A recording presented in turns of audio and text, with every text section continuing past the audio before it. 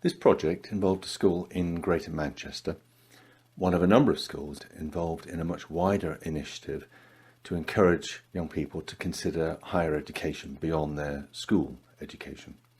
And in this particular case, the brief from the teachers focused on the science topic of diffusion and osmosis. It was in Year 9 in preparation for the GCSE syllabus, and you can see the learning outcomes are described on the brief from the teacher.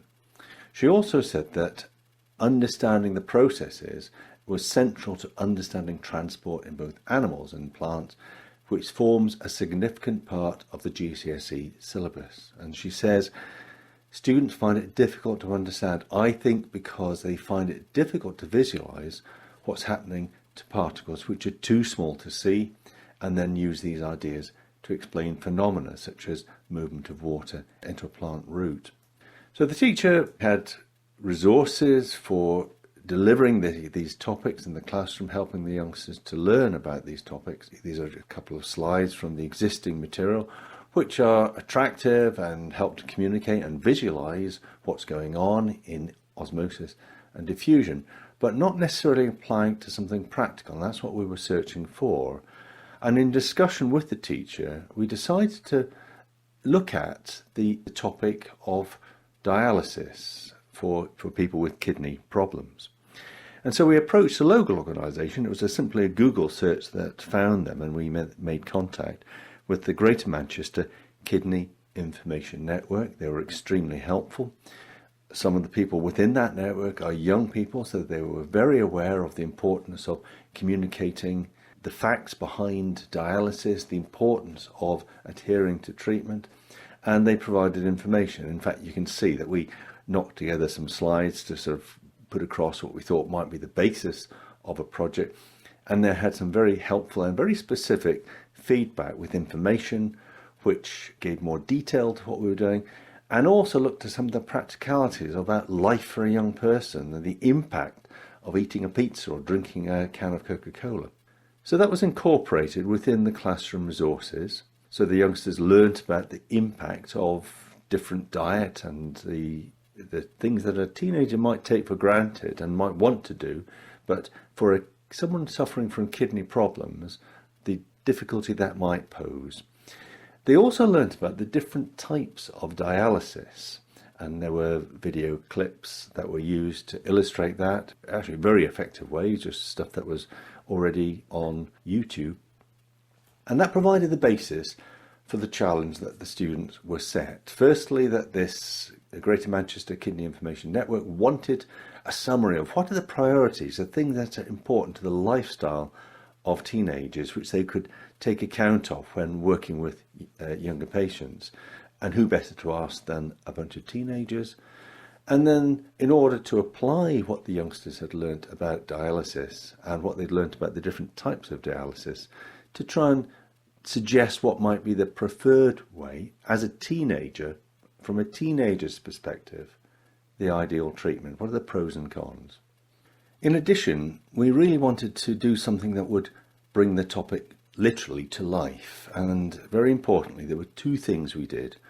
Firstly, and this was facilitated through the Manchester University NHS Foundation Trust, their widening participation team, made an introduction to a kidney consultant who is really happy to help to raise awareness about the treatments and actually also the career opportunities in her area of work.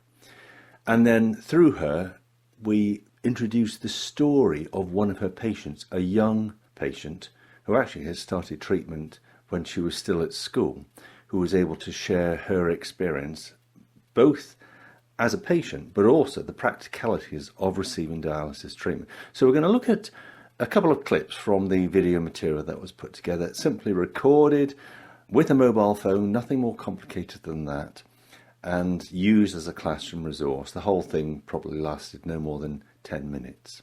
My name's Tina Chrisiku. I'm a kidney consultant at Salford Royal Hospital. I work in the kidney department, which allows us to see all aspects of kidney medicine. I'm very privileged to work with people of all ages, all ethnicities, all backgrounds, all abilities, and all the full spectrum of kidney conditions. In particular, I've got an interest in the young people who come to the clinic because they have got different considerations when they've also got kidney impairment. This is the next stage machine. This is the one that I've currently got at home. We normally put the cartridge into the cycler, and then this is the kidney that does all the work. And this machine is actually portable, so I can actually take it on holiday with me. So wherever I go, this goes with me.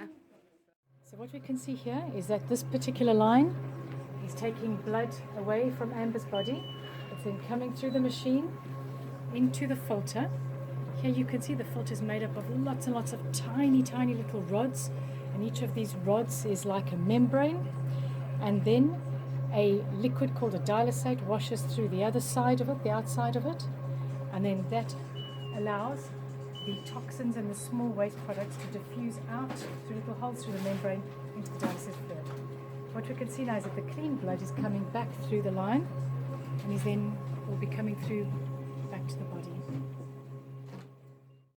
So the students did produce their work, working in small groups. They did comparison, the evaluation of the different types of dialysis that are available, and which might be better from a teenager's perspective.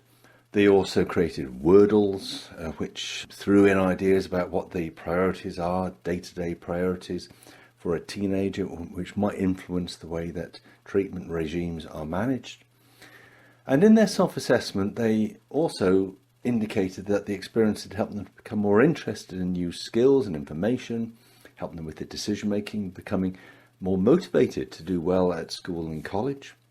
It had also apparently helped them to develop skills in working with others. It was a teamwork project after all. The presentation skills, they were required to put together a presentation. Many of these pieces of work were PowerPoint slideshows and communicating in a positive way. But if we look at the individual responses as well, there is indication that they found the experience interesting and purposeful, and that it did encourage many of them to think about university as somewhere that they'd like to go beyond school. That was, after all, one of the objectives of the people who were behind the programme across Greater Manchester. They were proud of the work they did looking good. They were proud of the fact that they'd learnt about dialysis. They didn't know about it before. They were proud of the fact that they'd done a good PowerPoint presentation, and that they worked well in a small group. Different skills, different experiences, drawing something different in each case.